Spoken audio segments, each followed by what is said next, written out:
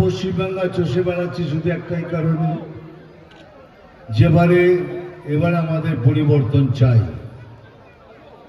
পরিবর্তন আমাদের যেভাবেই হোক করতে হবে। দেখুন, একটা কথা বলছি পরিষ্কারভাবে,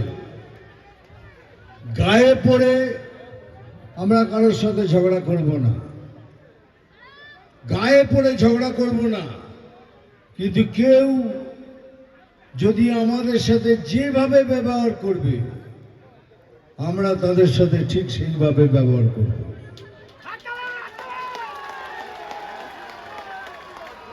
এটা খুব জরুরি। ওরা যেভাবে আমাদের সাথে ব্যবহার করবে আমরা ঠিক সেইভাবে তাদের সাথে ব্যবহার করব। কেননা সুরক্ষা দরকার। আমরা যদি নিজেদেরই সুরক্ষা না দিতে পারি তাহলে পশ্চিমবঙ্গের জনগণকে কি করে বোঝাবো কি বিজেপি এলে পরে আপনারা সবাই সুরক্ষিত, আপনাদের গায়ে কেউ হাত তুলবে না, কেউ মারবে না, কেউ মায়ের বোনেদের ইজ্জত লুটবে না, সব থাকবে। তাই বলছি বারবার করে, যেভাবে ওরা আমাদের সাথে ব্যবহার করবে ঠিক সেইভাবে তাদের সাথে ব্যবহার করবে। এটা আমাদের সংকল্প। এটা কি করবেন? কাদের সাথে লড়তে চলেছি আমরা? যারা এটাকে পশ্চিম বাংলাদেশ করতে চায় তাদের সাথে লড়তে চলেছি। যারা এটাকে পশ্চিম বাংলাদেশ করতে যায় তো এসআইআর নিয়ে তো লড়ছেন কেন? কিসের জন্য লড়ছেন এসআইআর নিয়ে? তামিলনাড়ুতে তো এসআইআর হয়ে গেল, 91 লক্ষ ভোটার বাদ গেছে, ওখানে তো কিছু হচ্ছে না। এখানে কেন চেঁচামেচি কেন? এই জন্যই চেঁচামেচি যে ওনার ভোট ব্যাংক বন্ধ হয়ে গেছে। ওনার যে ভোট ব্যাংক ছিল সেটা খালি হয়ে গেছে। এখন জানেন চেক কাটলে 0। সেই জন্যই এত প্রবলেম। কেন এতদিন ধরে সব ভুতুরের লোকরা ওপর থেকে নিচে এসে ভোট দিত, ওনাদের উনি ডাকতেন, এখানে মাছ মাংস খাওয়াতেন, ভোট দিতে চলে যেত। এই জন্য এসআইআর নিয়ে এত কথা বলছেন, এত চেঁচামেচি করছেন। আমি কথা দিয়ে চেঁচা এখানে সবার সামনে বলছি, আমরা মুসলমানদের এগেনস্টে নই। বিজেপি মুসলমানদের এগেনস্টে নয়, বিজেপি ভারতীয় মুসলমানদের এগেনস্টে নয়। আমরা তাদের এগেনস্টে যারা ভারতে থেকে ভারতের ক্ষতি করতে চায়, আমরা তাদের বিরুদ্ধে। আর যদি তা না হই, তাহলে যদি আমরা প্রশ্রয় দিই, তাহলে তো আপনি আমাকে দেশদ্রোহী বলবেন। কিন্তু তাদের কারোর কিছু যায় আসে না। প্রবলেমটা অন্য জায়গায়, প্রবলেমটা ভেতরে ভেতরে চলছে। এই দরজে 400 কিলোমিটার বর্ডার খুলে রাখা হয়েছে কেন? একদিন ধরে প্রধানমন্ত্রী চিঠি লিখছেন, গৃহমন্ত্রী চিঠি লিখছেন যে ম্যাডাম দয়া করে জমিটা দিন, আমরা এখানে বর্ডারটা বন্ধ করে দিই। দিচ্ছেন না। কেন দিচ্ছেন না? ওইখান দিয়ে লোক ঢোকাবেন, ওরা এখানে আসবে, এখানে খাবে দাবে, ভোট করবে, চলে যাবে। এবার চলে যাবে না, এর এখানে থাকবে। থেকে পশ্চিম বাংলাকে ওরা পশ্চিম বাংলাদেশ তৈরি করতে চায়। কিন্তু ভালো করে শুনে রাখুন, আমার মতো লোক, আমি যতদিন বেঁচে থাকবো, আমার গায়ে যখন 1 ফোঁটা রক্ত থাকবে, कोई माई का लाल ये कर नहीं सकता। ये स्वप्न अधूरा, ये स्वप्न भूले जान।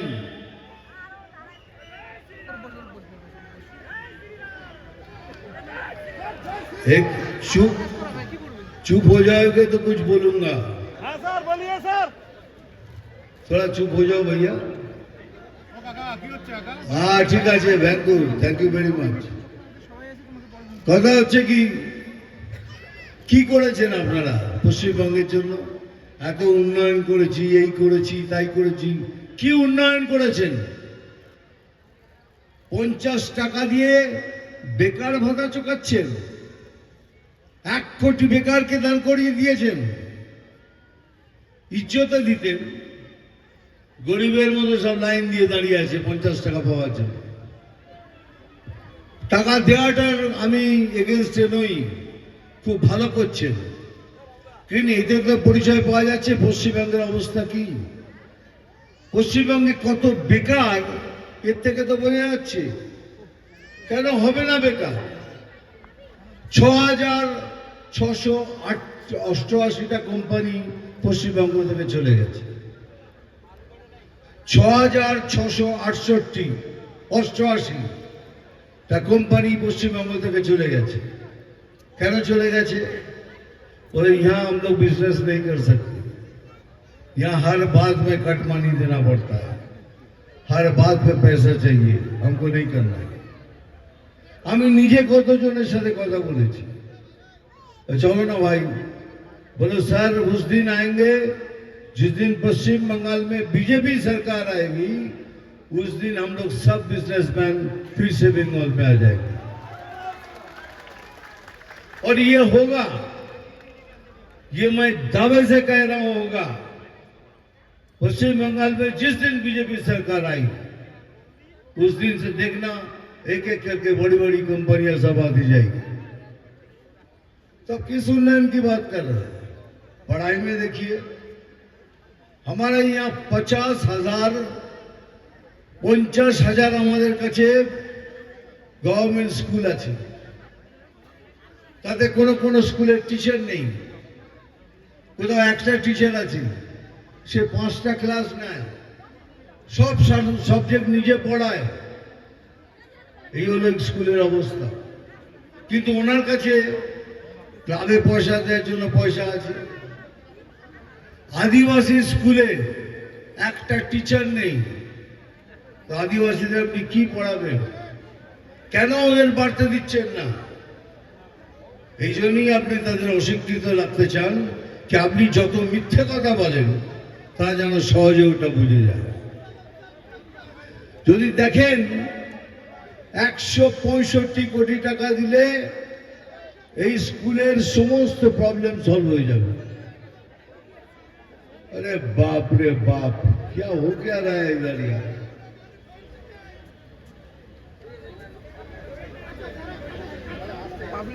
$165 কোটি টাকা দিলে এই স্কুলের সব প্রবলেম সলভ হয়ে যায়, সেটা ওনার কাছে নেই। কিন্তু মাদ্রাসার জন্য 5,713 কোটি টাকা উনি দিয়েছেন, মাদ্রাসা চালাবার জন্য। ভালো ধর্মীয় জিনিস, ভালো পড়ানো, ভালো, কিন্তু ওই সার্টিফিকেটটা কি দাম আছে? কোনো দাম নেই। কিন্তু আমাদের পড়াতে দেখুন কি হচ্ছে। একটা টিচার, তাও আবার সব টিচাররা নিজেরা চাঁদা তুলে স্কুল চালায়, ক্লাবের জন্য টাকা আছে। এটাকে উন্নয়ন বলছে? স্বাস্থ্য দেখুন, এক একটা হসপিটালে অ্যানেস্থেসিয়া দেওয়ার জন্য, অ্যানেস্থেসিয়া মানে যে ইঞ্জেকশন দেওয়ার পর আপনাকে বেহোশ করে দেয়, তারপরে আপনাকে অপারেশন করে, সেও নেই। পড়াশোনা চলে গেছে, দেখতেই পাচ্ছেন কতজনের চাকরি চলে গেছে। তো কৃষি উন্নয়নের কথা বলছেন আপনি? উন্নয়ন করেছি, উন্নয়ন করেছি, কি উন্নয়ন করেছেন আপনি? হ্যাঁ, আপনি খালি কন্যাশ্রী, ভাতাশ্রী, মাতাশ্রী, পিতাশ্রী, সব শ্রী, এখন আমরা শ্রী শ্রী শ্রী বিশ্রী হয়ে গেছে।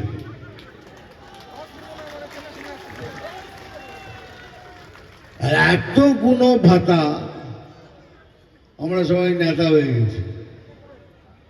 একটা কথা বলি ভাই, আমি এর এগেনস্টে নই। কেন না? 1,500 টাকায় কোনো সংসার চলে না।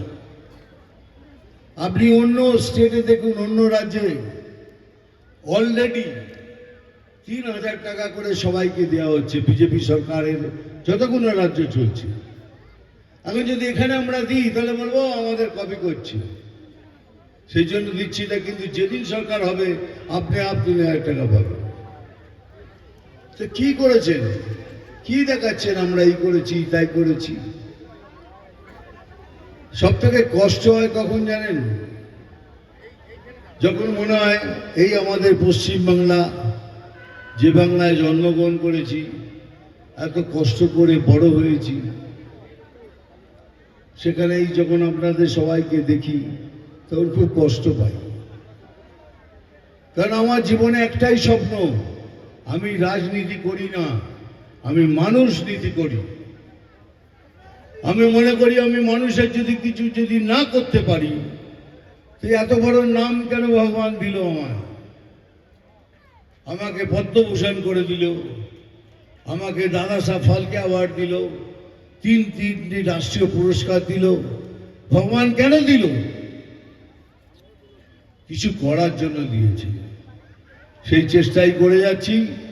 কথা দিচ্ছি, যেদিন বিজেপি সরকার হবে, আমি আপনাদের কথা দিয়ে যাচ্ছি, উন্নয়ন কাকে বলে দেখবেন, পড়াশোনা কিভাবে বাড়াতে হয় দেখবেন, স্কুল কলেজের শিক্ষা দেখবেন। আর যেসব কোনো মস্তান ওই ঘুরে বেড়াচ্ছে না, তাদের জন্য ওই ডায়লগটা রয়ে গেল, পরে বলবো। স্যার বলিয়ে স্যার। কি সব কথা বলে নাকি মাছ মাংস খেতে দেবে না বিজেপি হলে? হাসি পায় না আপনাদের? কত রাজ্যে আমি শুটিং করে বেড়াচ্ছি, যেখানে যান ফুটপাথের ওপর মাছ ভাজছে, কি টেরিফিক খেতে, মাছ মাংস যা চাইবেন তাই পাবেন, কিন্তু অ্যাকচুয়ালি সেটা না। অ্যাকচুয়ালি উনি ঘুরিয়ে নাক দেখাচ্ছেন। একটা মাংস আছে, সেটা ওরা খেতে দেবে না। আমি ওটা মুখ দিয়ে বলতে চাই না, বুঝে যান। একটা মাংস আছে যেটা ওরা খেতে দেবে না, কিন্তু আমি এলে সে মাংস আমি তোমাদের খাওয়াবো। সেই জন্যই উনি ঘুরিয়ে ঘুরিয়ে বলছেন এরা মাছ খেতে দেবে না, মুরগি খেতে দেবে না, ডিম খেতে দেবে না। এগুলো বাহানা। অ্যাকচুয়ালি নাকটা এদিক থেকে না দেখিয়ে এরম করে দেখাচ্ছে। আপনারা সব বুঝে গেছেন তো? কি কথা বললাম বুঝে গেছেন? হ্যাঁ, ভালো করে বুঝে নেবেন। মনে রাখবেন, এবারে আমাদের একসাথে মিলে সবাইকে ভোট করতে হবে।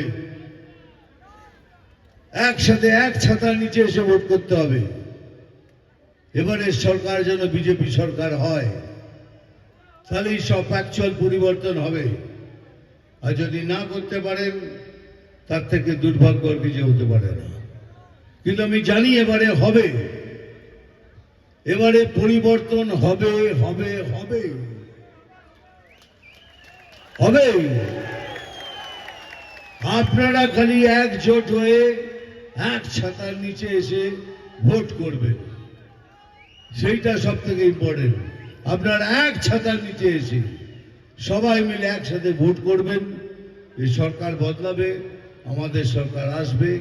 আর আমাদের সরকার এলে এই মিঠুন চক্রবর্তী আবার আসবে। আমি তো পুরো পশ্চিমবঙ্গ ঘুরে বেড়াচ্ছি আর সবাইকে এটাই বলছি। আর আমি যখন কিছু বলি, মনে রাখবেন আমি করে দেখাই। আমি খালি বলি না, আমি করে দেখাই। সেটা করে দেখাবো আপনাদের। কি করতে পারি না করতে পারি নিজেরা দেখে নেবেন। আর বাকি একটা লাস্ট কথা বলছি, এই যে ১,৫০০ টাকার উনি লক্ষ্মী ভান্ডার দিচ্ছেন, বলুন তো ১,৫০০ টাকায় কোনো ঘর চলে? চলে না। কিন্তু আমি বলছি টাকাটা নেবেন, কারণ ওটা আপনার টাকা, আপনার টাকায় নিয়ে আপনাকে দিচ্ছি। একটা ঘটনা বলি আপনাকে, বহরমপুরের। ওখানে গেছিলাম, দাঁড়িয়েছিলাম, একটা টোটোওয়ালা আমার সামনে এলো। সবাইকে বলি এটা, মিঠুনদা কেমন আছেন? আমি বললাম ভালো আছি, তুই কেমন আছিস? ভাই ভালো আছি। তোরা তো ভালো থাকবি, ২,০০০ টাকা মফতে পাচ্ছিস, ভালো তো থাকবি। বলে দূর দাদা, লাইন বেঁধে দিয়েছে, লাইনটা ক্রস করলে পরে ১,৫০০ টাকা ফাইন। আমার থেকে ফাইন নিচ্ছে, ওটা আমার বাড়িতে দিয়ে আসছে।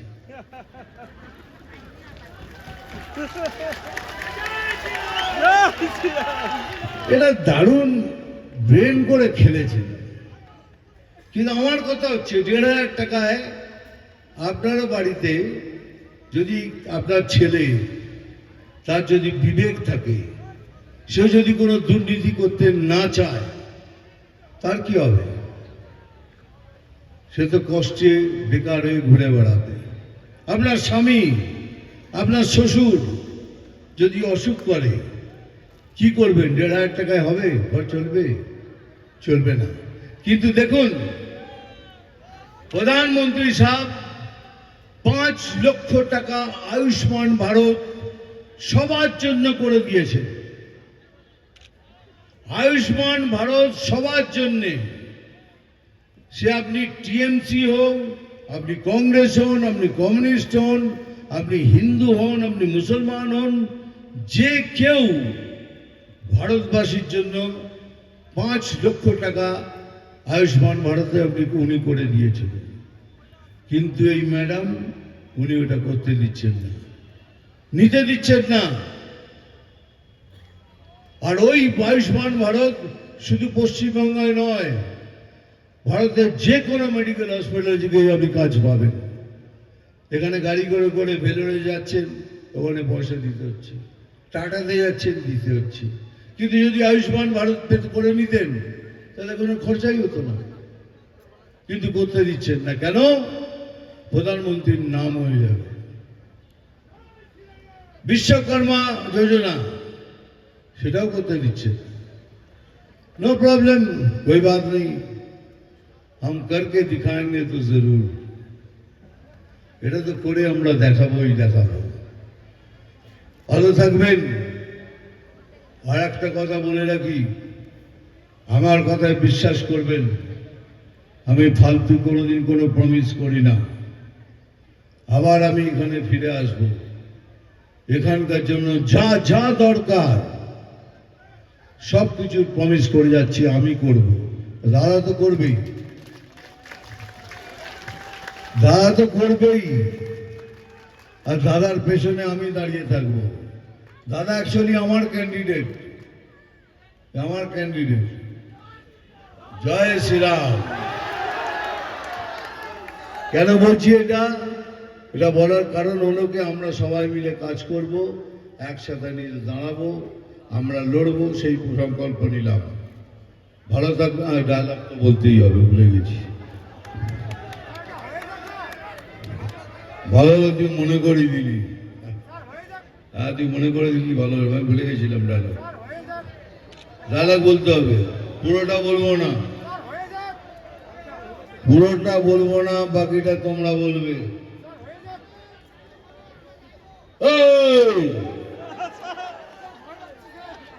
মারবো এখানে,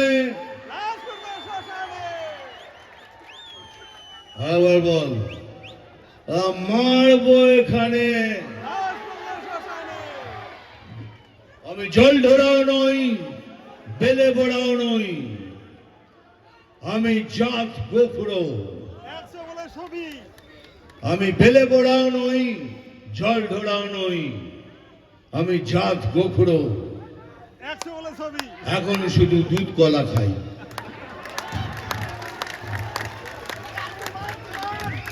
নাম তুফান, বছরে 1-2 আসি। যখন আসি তখন প্রলয় ঘটে, আর যখন যাই, যারা নিজেকে ভগবান মনে করে তারা তাদের অস্তিত্ব খুঁজে বেড়ায়। জয় হিন্দ, বন্দে মাতরম।